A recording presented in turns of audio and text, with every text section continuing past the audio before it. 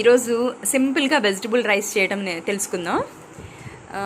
నేను ఈ గ్లాస్తో 2 గ్లాసులు బియ్యం తీసుకున్నాను. యాక్చువల్గా ఏదంటే బిర్యానీ రైస్ సపరేట్గా ఉంటుంది కదా, అది దాంతో అయితే బాగుంటుంది. కాకపోతే మా పాప ఇప్పుడు అడిగిందని ఇంట్లో ఉన్న బియ్యంతోనే స్టార్ట్ చేశాము. దీంతో 2 గ్లాసులు తీసుకున్నాను. ఈ గ్లాస్ కొలత అనేది మనకి ఖచ్చితంగా కావాలి. అంటే నీళ్లు పోసుకునే దానికి పక్కన పెట్టుకోవాలి ఈ గ్లాసు.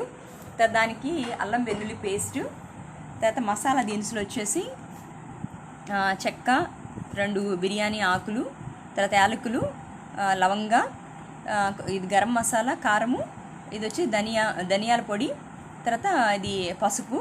ఇవేంటంటే మామూలుగా పిల్లలు విడిగా పెడితే తినరు, జీడిపప్పులు బిర్యానీలో వేస్తే అని తినేస్తారు, అందుకని ఇవి కూడా తీసుకున్నాను. వెజిటబుల్స్కి వచ్చేసరికి ఆనియన్స్, 1 పొటాటో తీసుకున్నాను. ఇది వచ్చి టమాటో, క్యారెట్, కొన్ని చిక్కుళ్ళు, ఒక 2-3 చిక్కుళ్ళు కూడా వేస్తున్నాం ఇందులో. తర్వాత పచ్చిమిర్చి, ఇది వచ్చేసి పుదీనా, కొత్తిమీర. పుదీనా బాగా వేస్తే ఏంటంటే టేస్ట్ బాగుంటుంది, ఫ్లేవర్డ్ రైస్ కాబట్టి ఇవన్నీ ఉంటే బాగుంటుంది. తర్వాత దీంతో పాటు పెరుగు పచ్చడికి సన్నగా ఆనియన్స్, తర్వాత పచ్చిమిర్చి కోసుకున్నాము. అందులోకి పెరుగు వేసేస్తాను. మనం బిర్యానీ స్టార్ట్ చేద్దాము. ఇప్పుడు ఇంత కొంచెం గిన్నె పెట్టుకున్నానండి. దీంట్లో నేనంటే నెయ్యి ఎక్కువ వేస్తాను, కాకపోతే 1 స్పూను ఆయిల్ కూడా వేస్తున్నాను. టేస్ట్ కోసం ఎక్కువ బాగా నెయ్యి వేస్తే బాగుంటుంది. కార్తీక మాసంలో బిర్యానీ ఏంటి అని నాకు మెసేజెస్ పెట్టవాకండి. ఇది కార్తీక మాసంలో చేసుకున్నది కాదు, కార్తీక మాసం రాకముందే చేస్తుంది. కాకపోతే వీడియో చేయడం కొంచెం లేట్ అయిందనమాట. అండ్ ఇంకో విషయం ఏంటంటే వీడియోలో కొంచెం బ్యాక్గ్రౌండ్ డిస్టర్బెన్స్ వచ్చింది, ప్లీజ్ ఎక్స్క్యూజ్ చేయండి.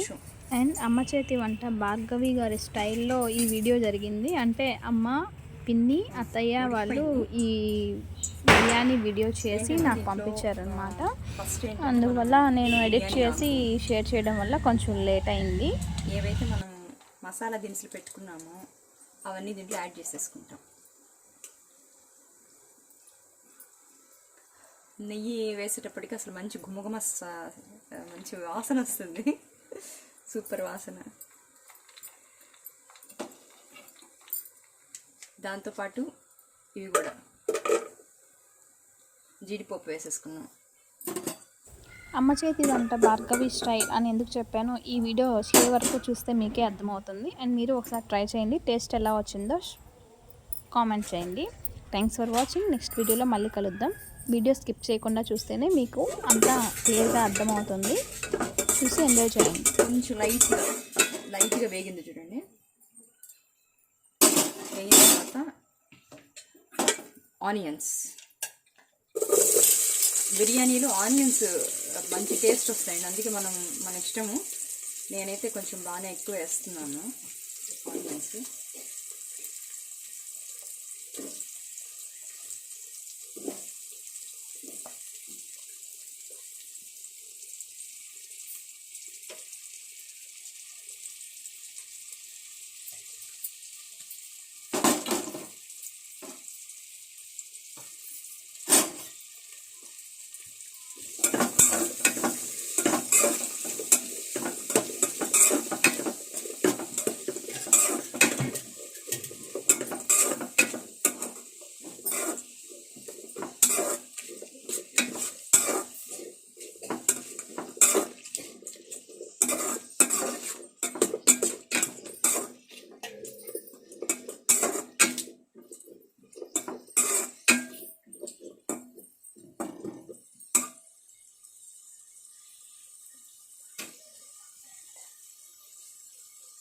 ఆనియన్స్ కొంచెం ఒక 2 మినిట్స్ మగ్గితే బాగుంటుంది.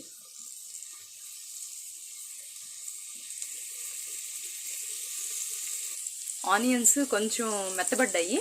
ఈ టైంలో ఏంటంటే అల్లం వెల్లుల్లి పేస్ట్ వేసుకుంటాను.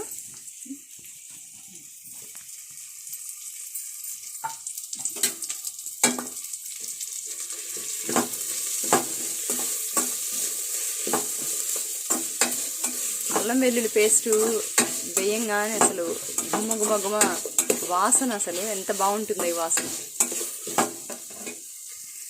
పచ్చి వాసన పోయేదాకా అల్లం వెల్లుల్లి పేస్ట్ని మనం ఇంట్లో ఫ్రై చేసుకోవాలి. ఇట్లా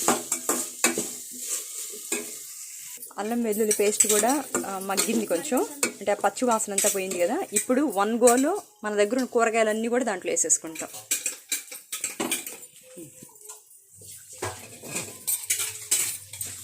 కూరగాయల వరకు వేసేసాను.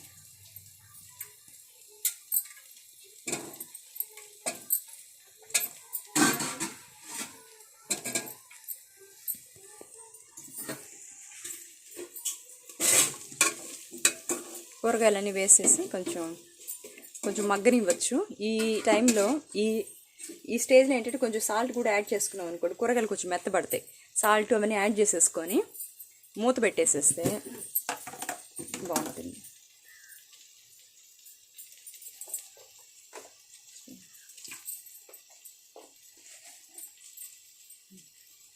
కొంచెం వేసి చాలు. ఇది పసుపు అన్నీ వేసేయండి. మసాలా దినుసులు అన్నీ కూడా వేసేస్తాము. అన్నీ కూడా ఏంటంటే కూరగాయలకి బాగా పడతాయి. ఇంతే, అన్నీ వేసేసాను.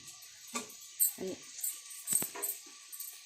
పుదీనా కొత్తిమీర అన్నీ కూడా అంతే. ఏంటంటే ఇవన్నీ కూడా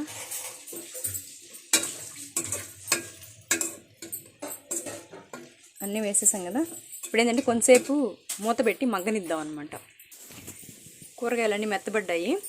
ఈ స్టేజ్లో ఏంటంటే మనం అన్నం యాడ్ చేసేయచ్చు. దీంట్లో కూరగాయలన్నీ మెత్తబడ్డాయి. ఈ స్టేజ్లో ఏంటంటే మనం బియ్యం యాడ్ చేసేయచ్చు. కడిగి పక్కన పెట్టుకుని బియ్యం ఉంది కదా, దీంట్లో యాడ్ చేసేద్దాం. బియ్యం కూడా యాడ్ చేసేసాము. ఇప్పుడు ఏంటంటే కొంచెంసేపు మూత పెట్టుకుందాం. దానికి ఏంటంటే ఆ బియ్యానికి అన్ని మసాలాలు అవన్నీ ఆ ఫ్లేవర్స్ అన్నీ కూడా పట్టుకుంటాయి. మూత పెట్టేసేసి ఈ వేడి మీద ఇది ఇప్పుడు కొంతసేపు ఒక 5 minutes నుంచి 10 minutes దాకా అయిందండి దగ్గర.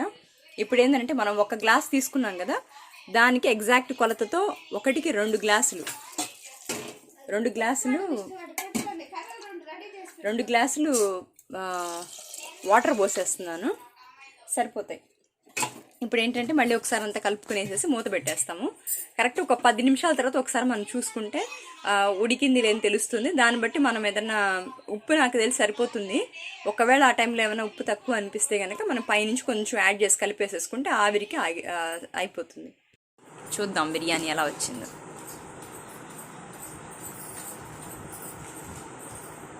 పెరుగు పచ్చడి, ఆనియన్స్, కొంచెం ఒక చిన్న పచ్చిమిర్చి పెరిగేసాను, కొంచెం సాల్ట్ వేసుకుందాం.